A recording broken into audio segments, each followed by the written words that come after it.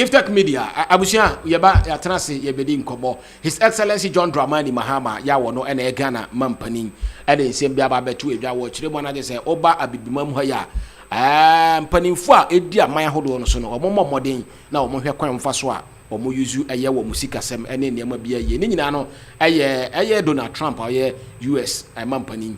Or the Baba 2 just say US aid, Yananka, or the Babwa, a Maya Hodo Pomudimu, and a Miamiana Canina, and a Yadia, and the former Kumakodo 90 days were Jai or the year review. And no more, Anna Sabrino, His Excellency John Mahama, Eco PMO, Ewo Germany, now more Enno Edim, Como Ewo Nick, now Obabetrimu. Say, anybody is a Brebiadra. It's about time I say, a year, I be minor. One kasa effort more that in one brabo seven some. Na sikebu anankana wo yuzu ede ye nema bia emfa eye mpunto mama anymore. Sabe omo mo adwene mo so. Na omo nye yusu sa sikani na no. Na omo mfa nye ne ese ye bema mpunto ede aba eye amaya hodo ni nyina mu. Na enye sa sabre ya eye 8 ahodo no kono so omo ntumi yuzu a na ye se eno ya ade a ebe ha amaya hodo no pa. His Excellency John Mahama at the same way to our cooperation with different segments of the world are specialized. And so with the US, it's been in governance, it's been in education, healthcare, and all that. Our cooperation with China is more in infrastructure and investments. And so building that road, building that railway. Our cooperation with India is in agriculture and agribusiness. With Brazil is with supply of agricultural equipment and machinery. And so I mean, we have multifaceted international cooperation with different parts of the world. And so when I say U.S. soft power, is because U.S. AID is very visible in Ghana. And the programs it runs, are programs that project U.S. as a caring nation. And so if we're able to close that gap and shut that out, we'll still have cooperation with different countries. Maybe some European nations might decide to step in and say, look, we're prepared to fill this gap. It's not too large. $156 million really is not a huge pot of money, but it buys U.S. a lot of, recognition for the work that it does. But we are prepared to fill that gap. And like I said, it must teach us to be more reliant. I believe that leadership counts. African nations must show leadership. I must say that we also have responsibility of as leaders of African countries to show that we can be less wasteful in how we spend our money. And we should be able to make those adjustments. I mean, just looking at the budget, there are many places that we can cut where we wasted resources before, that we can bring into areas that are of more priority than they have. So there's a responsibility on us to also make the kind of adjustments that help to fill gaps like that. Can I just follow up on that very good question and ask whether you would be willing to have assistance from China in these kind of soft power areas, education, health, where it would be Chinese stickers that said instead of AID, soft power impact would be Chinese? Well, I haven't seen China invest in those areas in many parts of Africa. I don't know if it's a policy they would decide to adopt, but for now, they might fail up at the multilateral level. I mean, if U.S. decided to cut assistance to some of the UN organizations that are doing critical work in Africa, I mean, powers like China, India, and others might say, look, we're going to fill up to those gaps, but I don't see them going in individual countries into those particular areas. Nana, young share His Excellency John Mahama and someone who could be Mominica or the Cocotu and the African communities. Okay, we did a Besama Tifu in our view. Na assembly in a yatibi, na debi amide meka. Me den kamen kwa kra na nka, be mabe mai biem. Be nyai. Be nyai mwa no. Obo no. Ma AD be mai AD biem. Ka be nyai mwa. Na yanka come ne 10 years. Come the 10 years a be sua nyansa.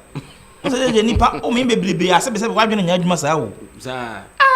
Debi anu wa me chefu, wadwene kra nsi so. Na mum mframa timi fa oyama. Na wodwene dwene so. So me beblebe one. Untimi nwene yi. Two. O honhom sem kra wo fom. Ena aduana na nkan say yesen die san ma ye me no so nkan ensa ne mwa ye enka ho. Mpanyimfo yesi ohia wo he o ma adwendwene boa. Nya ma adwendwene. Yesu du sika kra na esan na wani te. So necessity is the mother of inventions. Mr. Come betimi ade ye ni etime sua bibia afiri me betimi abwan ba ye de hu so come the 3 days and instead the 4th day ni benya mwa e ko sere la sulu la betimi dia man from every government from government to government they won't say our budget is funded by donors.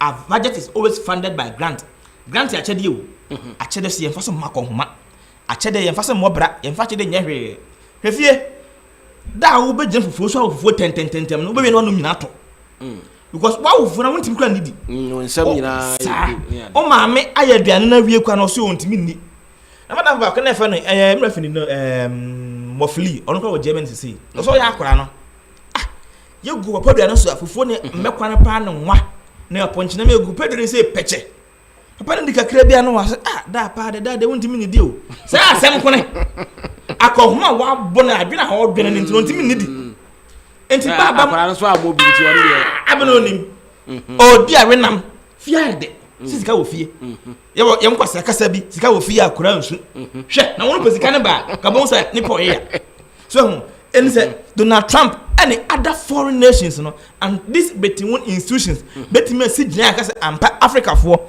enkankan Ghana for you know to kwantanka ya 10 years ye ma homwa ka ya nkasa betimi atena se adwena mo say and betimi aye we ma sika ba ye betimi ajai we ye de sika ne akoye we betimi aboa you see it's very important asem waka President Mahama e during the campaign agusu oya me den say o say obekate the government size and aman abafom so be 60 ministers meboa say we ye manaka aka mensa ya ato akerebo wale Adam Smith azikadongo onya bi nani abrefe onya bi ope miam krom MP e fe ne sen ahenko ya fede onya bi ope service ndoma onya bi onya bi no bi ope jeje ba senator no bi ope. There are a lot of people who want these positions, but also he wants to cut or he wants to downsize his government. And then I say, next staffers now on the Bay Jubilee House one no. The last time was a Jubilee House one no. Ultima and so intimate form. Now expenditure and anchor form. I would wish say government appointees no. Kababe use V8. Kayem pekan kiti binya enfama be. Say be a fuel consumption be from. And I say fuel coupon be there man can state be to have. Na mo so call the word to have. I have even say or send na point is no to kwan. Woni ho kwan so kwat na first class. Make a do na ka yero yankwan eponia ka buchiri kamanko. Na wanko pebo siam ma wanko pa bro abena buchiri. Ta. Wanko pebo siam fa ma abena okoyeda buchiri ho. Aye mche dem akwa koye. Wanko de ada be hia pa se wako sere bo siam ka so atọ da bota ba ha. Wanko pebo siam ba. Ndi wako ho biem. Obi ti say Agya Agyei Nana Twene. Obi a wo koyeda buchiri. Opposition wanko pebo buchiri. Nimdie betu mi Ghana. We have a lot of resources so timi copy business. Business. Nanti Ghana enti business wa. National entrepreneurship innovative. Oh, Agyei. Di hekene ya ato. We have good entrepreneurs bentu kwanda kuruma bi adwuma. Kwa mo say kwa me despite. Nyani nyuma kuruma na ewo. Open business ideas I come to go to him. Kwa kutene onye businessman. Kennedy Henry Japan onye businessman. Sam Jona onye businessman. Papa Kwasindum onye businessman. A lot of businessmen be okroma e Kesben nomini kwasichum nom any baba me am inokunya a businessman. So we can solicit for even adekwem you can say inokunya no yanko pass on yi Agya Agyei yanko pa no the beyond the edi anyansi hena sir. He can go to him for ideas. And you have to plan for krom akopɛ ideas edi abakroma. Na that okay ham say there were a lot of natural resources we kroma ke betimi a polish no amana ye kama. Not more than 20 years ago, near a cashew German of Ghana. As I say, other regions, Ghana has 16 regions, a move 6 cashew production. A cashew, come, cashew, yes, exported the raw cashew nut. American can bet me add the value to the cashew nut. Because you bet me refine be some finished product. You bet me drink any film, you bet me be free juice, you bet me a lot of things. What do we do? You come India for na refine it their bread back. You could the same thing. It's a down government can be cut downside. Na coupons no one name other innovative ways about me the iron. I didn't sika. Sika ede aboa aban no so in as much as you betwa taxes no bi mu ho but you bet me afa kwa foforo bi so say you twa we no we ebesi am say aban no nensa enkogu no chi because people are expecting you to enroll the 24-hour initiative. People are looking forward to see it. You see, I must say a lot of projects I'm buying. I'm not saying aye. Then you never hear sika. Yes. Na nkrofo so be make sika biem. And I see about pesa sika so enfiri hɔ ma. Enti yan kasa say intimate trust. Na ye hu say ampa. Ya hu chirem. Ya ha mu no. What different thing can we do to generate money? What can we do also to save money? A bit me aboyen. Other than that, never kwasere abrofo we will always forever be begging them and they will never take us for serious. So only Bonika say asemo kind of Africans there some there what you know how to do best is to eat, you have sex with women, you enjoy, and that's all. And that's the basic description of an average African. I didn't tell you what Ebanesa. It is assumed say the average African cannot think deep as those in other parts of the world. Mo say Ebanesa until yesterday the US for back and Ben extend the 6 years and 10 years in fam.